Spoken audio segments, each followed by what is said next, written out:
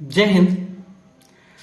आज आपको एक कहानी सुनाने वाले हैं जो कि बहुत ही अभी चर्चित विषय बन चुका है पूरे भारत में। यहां तक कि विदेशों में भी इनका रुतबा रहा है। विदेश में भी एक आदमी ने ट्वीट किया था, लिंक्डइन पे भी उन्होंने मैसेज डाला था। भारत का एक व्यक्ति पक्षी के साथ रहते हैं। तो आज कहानी बताने वाले हैं आरिफ और सारस की। तो आरिफ और सारस की कहानी इतनी प्रचलित हुई कि ये बात सरकार को हजम नहीं हुई। तो सरकार ने 2 सालों तक उनको कुछ राहत मुहैया कुछ नहीं था उस आदमी के ऊपर, लेकिन अचानक उनको पूरा राष्ट्रभक्ति दिखने लगता है। अचानक देश की चिंता होने लगती है कि वो राष्ट्रीय पक्षी है और उनको अचानक याद आने लगती है। तरह तरह के उनके ऊपर धाराएं ला देते हैं, उनको अरेस्ट करके और सारस को ले लिया जाता है वापस। सारस जब मिला था आरिफ को, तब उस समय सारस का एक पैर नहीं था। तो आरिफ ने उसका पैर का मरहम पट्टी करके उसका पैर ठीक किया। जब वो पक्षी ठीक हो गया तो सारस ने उसे जाने के लिए कहा, लेकिन वह पक्षी सारस को छोड़ा ही नहीं। उसके लाइफ में भी उसके साथ ही बिताने लगा, उसके साथ रहता था, उसके साथ खाना खाता था, उसके साथ ही सोता था, उसके घर में ही रहते था। वो जहां जाता था वहां सारस भी जाता था। तो सरकार को यह बात खटक गई। और एक कहानी आपको सुनाता हूं। गौतम बुद्ध, जो कि उनका बचपन का नाम था सिद्धार्थ, और उनका एक चचेरा भाई थे देवदत्त। तो सिद्धार्थ ने जब एक ऐसे ही बगीचे में बैठे हुए थे, अपना तपस्या कर रहे थे गौतम बुद्ध भगवान ने, तो अचानक उनके पास में एक हंस आया जो कि घायल हंस था, उसके शरीर में तीर लगी थी। तो उनका पीड़ा उनसे देखा नहीं गया।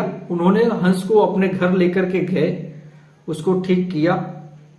हंस ठीक होने के बाद उनका चचेरा भाई जो देवदत्त था, वो उनके पास आता है, बोलता है कि यह हंस मेरा है, इसका शिकार मैंने किया है। और वो बोलता है, गौतम बुद्ध बोलते थे कि नहीं, इसकी सेवा मैंने की है, इसकी जान मैंने बचाई है, इस पर अधिकार मेरा होता है। ये करते करते दोनों में बहस छिड़ जाती है। बहस छिड़ने के बाद मामला राजा तक जाता है। तो वहां के जो राजा थे, वो राजा बोलते हैं कि इस पे दोनों का अधिकार है। एक ने शिकार किया है और एक ने जान बचाया है, तो इसमें दोनों का बराबर का अधिकार है। लेकिन यह दिया किसको जाए, यह सबसे बड़ी समस्या है। तो राजा ने बहुत कुछ सोचने के बाद एक निर्णय लिया कि नहीं, एक काम करते हैं, दोनों को आमने सामने कुछ दूरी पे खड़ा करा दिया। सामने बीच में राजा बैठा था और दोनों के बीच में पक्षी को रख दिया गया, हंस को। और राजा ने जैसा बताया कि यह हंस जिसकी तरफ जाएगा वो उसकी तरफ उसका हंस हो जाएगा। तो पक्षी भी बहुत चालाक होते हैं, वो भी, उनके पास भी सोचने की क्षमता होती है।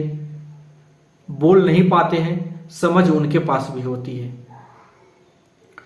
हंस ने ठीक गौतम बुद्ध के पास गया, क्योंकि उन्होंने उसका जीवन बचाया था, उसकी सेवा की थी। उनके पास चले गए, उनके पास रहने लगे और मारने वाले के पास नहीं गए, संभालने वाले के पास हंस गए।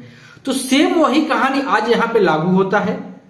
और हम लोग सरकार से विनती करेंगे कि सारस को, आरिफ को वापस कर दिया जाए, क्योंकि आरिफ ने सारस को बांध करके नहीं रखा है, बल्कि सारस आरिफ के साथ साथ रहता है।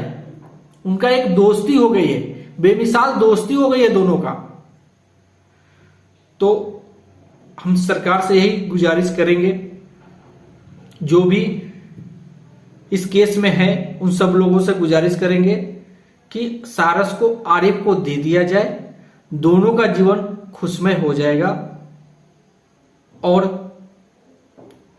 कहानी के माध्यम से भी सारस को आरिफ को दे देना चाहिए, उनसे वंचित नहीं करना चाहिए। तो कहानी कैसी लगी?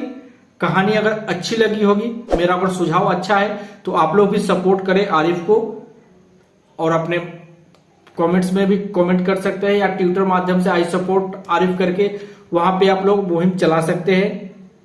जनता चाहे तो कुछ भी हो सकती है, तो आप लोग आवाज उठाइए और आरिफ को सारस मिलना चाहिए। भले ही कानून के विरुद्ध है, लेकिन सारस को बांध करके नहीं रखा गया है।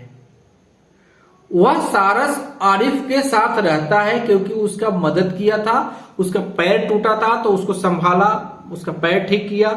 आज दोनों एक दूसरे का बहुत अच्छा मित्र हो गए। तो एक मित्र की बात ही उसको वापस कर दिया जाए, सारस और आरिफ दोनों को वापस किया जाए।